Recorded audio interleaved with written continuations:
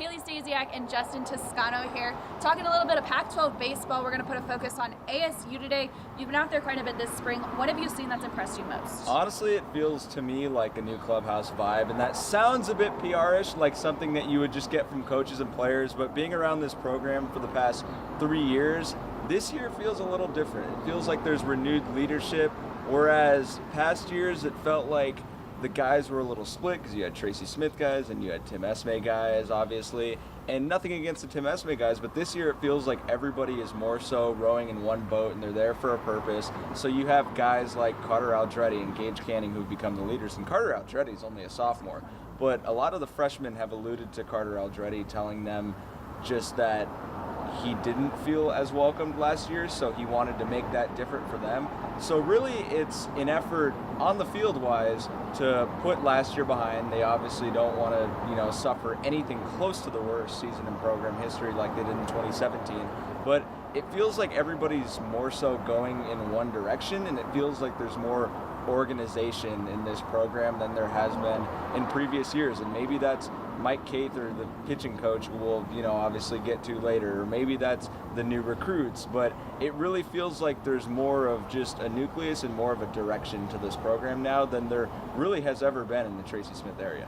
On the topic of those new recruits, we're going to see a lot of freshmen on the field on Friday night, opening night against Miami of Ohio, Tracy Smith's alma mater, and he did coach there for a little while. What should we expect to see out of these freshmen? Well, Alika Williams at second base and Drew Swift at shortstop are a freshman middle infield, and you're hoping if everything goes right for you, that Arizona State should have two middle infielders, these guys, for the next 3 years. So these guys are pretty talented. They met at a pre-draft workout in San Diego at Petco Park last summer, and I remember talking to them. They instantly thought that, hey, this guy looks the same as me. He plays the same way as me. So you can really see Tracy Smith's recruiting type, I guess you could say, in the middle infield come out. They're both kind of skinny, slim guys, rangy, can take a hit out of the hole, very good defensively. The question for them is how fast they'll come around at the plate and adjust to that college pitching, because I don't think they're going to be anything close to a liability defensively. And then in left field,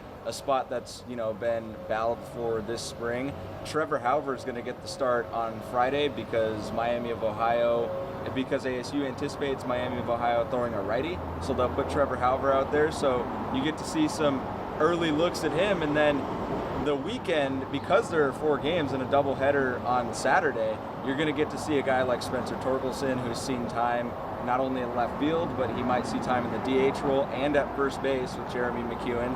And then you'll see other guys, and maybe even see Boyd Vander Kooi make a start there in the weekend. So a lot of freshmen impacting this team, and going back to what I said in the last question, it feels like these guys are the real nucleus. You have the Gage Cannings, who, obviously they want to build around, and then you have Hunter Bishop and Carter Aldretti, sophomores, but it feels like if Arizona State's going to turn this thing around, that people will remember this freshman class as the nucleus of that turnaround. Pitching-wise, with Mike Cather coming in, how have you seen his immediate impact already this spring?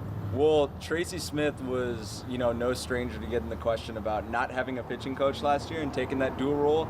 And he's honestly been really candid about that ever since last year through this spring, about how he feels like he honestly shortchanged his pitchers last year.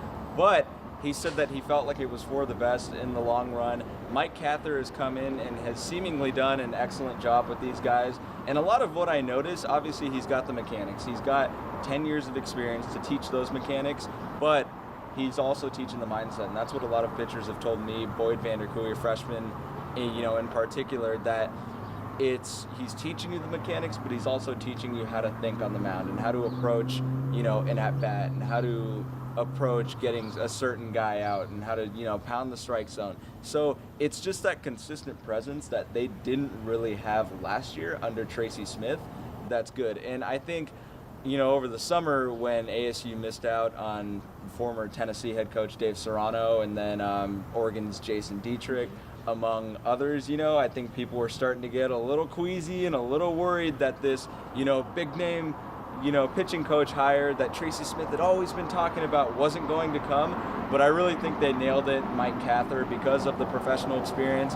And let's face it, as much as this program wants to go to national championships and wants to win in Omaha, part of how people view ASU baseball is that MLBU name that they market themselves as. What is your MLB crop like? And I think Mike Cather getting, at least 3 years to work with these guys is a good thing, because that's one thing he mentioned. In the minor leagues, you don't do that. You maybe get a month with them, you get a couple weeks with them, you get 2 months with them. Here, he's looking forward to building those long-standing relationships and going, through a season to another season to another season. And I think it'll be a perfect fit. It certainly looks so before the season starts. What is the biggest thing that you're looking forward to this opening weekend and then as a season as a whole?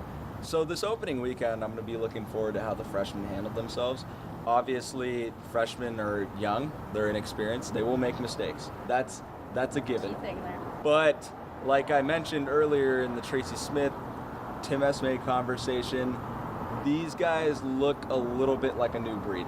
Like, they don't look like previous ASU baseball players of the past 6 years or so, and there's no offense to those players, but these guys are, a handful of these guys were drafted and turned down some big money to get here, Alika Williams being one of them, and Gage Workman being another.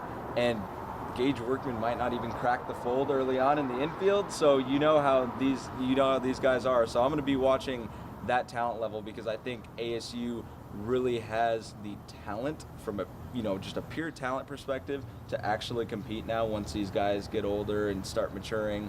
But then again, something to watch for is that experience piece always haunts you. Like 2 years ago, Oregon State didn't even make the postseason. So I'm going to be watching for that. And as the season goes on, how will this team respond to adversity? That's like the big that's the big qualifier that Tracy Smith also says. He goes, well, I have these guys now, new core of freshmen that we feel great about, but when you hit rough seas, how do you react? Last year's team crumbled, and there were off-field issues, and it just spiraled down from there.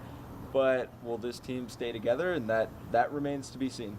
Justin Toscano with the nitty-gritty on ASU baseball as we head into opening weekend. Keep it on sports360az.com for all of your college baseball news and notes.